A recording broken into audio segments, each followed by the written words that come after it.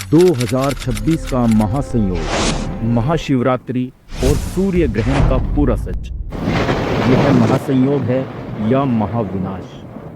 दोस्तों, ब्रह्मांड रहस्यों से भरा है, लेकिन साल 2026 के फरवरी महीने में जो होने जा रहा है उसने विज्ञान और ज्योतिष दोनों की नींद उड़ा रखी है। जरा गौर से सुनिए। 15 फरवरी 2026 की वो तारीख जब पूरी दुनिया देवों के देव महादेव की आराधना करेगी, यानी महाशिवरात्रि। और ठीक 48 घंटे बाद 17 फरवरी 2026 जब आसमान में सूरज पर एक काला ग्रहण लगेगा। एक तरफ प्रकाश का सबसे बड़ा उत्सव महाशिवरात्रि और दूसरी तरफ अंधकार का सबसे बड़ा प्रतीक सूर्य ग्रहण। आखिर शिवरात्रि के तुरंत बाद सूर्य ग्रहण का होना, क्या यह महज इत्तेफाक है या कुदरत हमें किसी बड़े बदलाव का संकेत दे रही है? आज की इस वीडियो में हम इस पहेली के हर पहलू को सुलझाएंगे। हम जानेंगे कि शास्त्रों में इस घटना का क्या मतलब है, विज्ञान इसे कैसे देखता है, और सबसे जरूरी, महादेव की पूजा आपको इस ग्रहण के बुरे प्रभाव से कैसे बचा सकती है।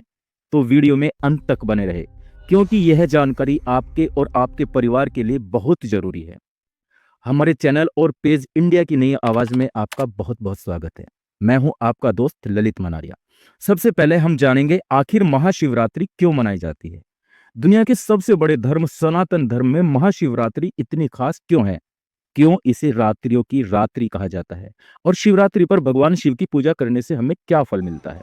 तो चलिए सबसे पहले हम जानते हैं कि शिवरात्रि क्यों मनाई जाती है। हिंदू धर्म के अनुसार इसके पीछे हमारे पुराणों में 3 मुख्य कारण बताए गए हैं।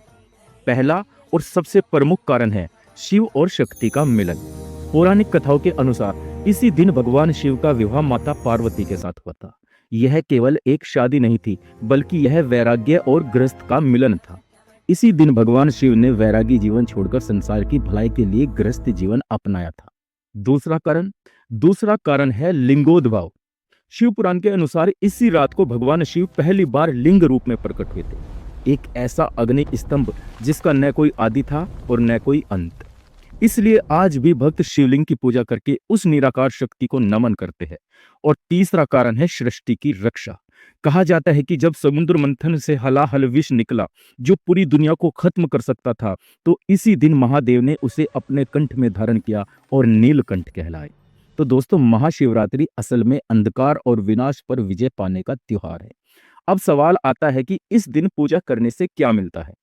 महाशिवरात्रि साल का वो समय होता है जब पृथ्वी की स्थिति ऐसी होती है कि इंसान के शरीर में ऊर्जा प्राकृतिक रूप से ऊपर की ओर उठती है। जो व्यक्ति इस रात को जागकर रीढ़ की हड्डी सीधी रखकर ओम नमः शिवाय का जाप करता है या ध्यान करता है, उसका आध्यात्मिक विकास कई जन्मों के बराबर हो सकता है। शास्त्र कहते हैं, अकाल मृत्यु वो मरे जो काम करे चांडाल का, और काल उसका क्या करे जो भक्त हो महाकाल का। भगवान शिव महाकाल है, यानी वे समय और ग्रहों की चाल को नियंत्रित करते हैं। इसलिए अगर किसी की कुंडली में ग्रह दोष हो, राहु केतु परेशान कर रहे हो, तो महाशिवरात्रि की पूजा उन सभी दोषों को जड़ से खत्म कर सकती है। और यही बात हमें 2026 के इस सूर्य ग्रहण से जोड़ती है। अब बात करते हैं उस घटना की जो शिवरात्रि के ठीक 2 दिन बाद 17 फरवरी को होने वाली है, सूर्य ग्रहण। हमारे शास्त्रों में सूर्य ग्रहण को बहुत शुभ नहीं माना जाता। मत्स्य पुराण और महाभारत की कथाओं के अनुसार ग्रहण के समय राहु और केतु सूर्य को ग्रसित करते हैं। शास्त्रों के अनुसार इसके बहुत से दुष्प्रभाव होते हैं, जैसे नकारात्मक ऊर्जा का प्रवाह होना। पुराणों के अनुसार ग्रहण के दौरान वातावरण में नकारात्मक शक्तियां सक्रिय हो जाती है, इसलिए मंदिरों के कपाट बंद कर दिए जाते हैं और सूतक काल मान्य होता है। और इसी सूतक काल की वजह से भोजन पर भी इसका असर पड़ता है। माना जाता है कि ग्रहण के दौरान पके हुए भोजन में बैक्टीरिया जल्दी पनपते हैं, इसलिए भोजन में तुलसी का पत्ता डाला जाता है। और सबसे बड़ा दुष्प्रभाव गर्भवती महिलाओं पर इसका असर अधिक होता है। शास्त्रों में विशेष रूप से गर्भवती महिलाओं को ग्रहण की छाया से बचने की सलाह दी जाती है, ताकि शिशु पर कोई बुरा असर न पड़े। ज्योतिष के नजरिए से देखें तो शिवरात्रि चंद्रमा प्रधान के तुरंत बाद सूर्य ग्रहण, सूर्य प्रधान का होना मानसिक तनाव और प्राकृतिक आपदाओं का संकेत दे सकता है, जो हमारे अंदर एक डर का माहौल उत्पन्न करता है। लेकिन आपको डरने की जरूरत नहीं है, क्योंकि इसी डर को खत्म करने के लिए आज हम यह वीडियो लेकर आए हैं। दोस्तों, सिक्के का दूसरा पहलू भी है, विज्ञान। क्या वैज्ञानिक दृष्टि से भी ग्रहण डरावना है? तो जवाब है नहीं।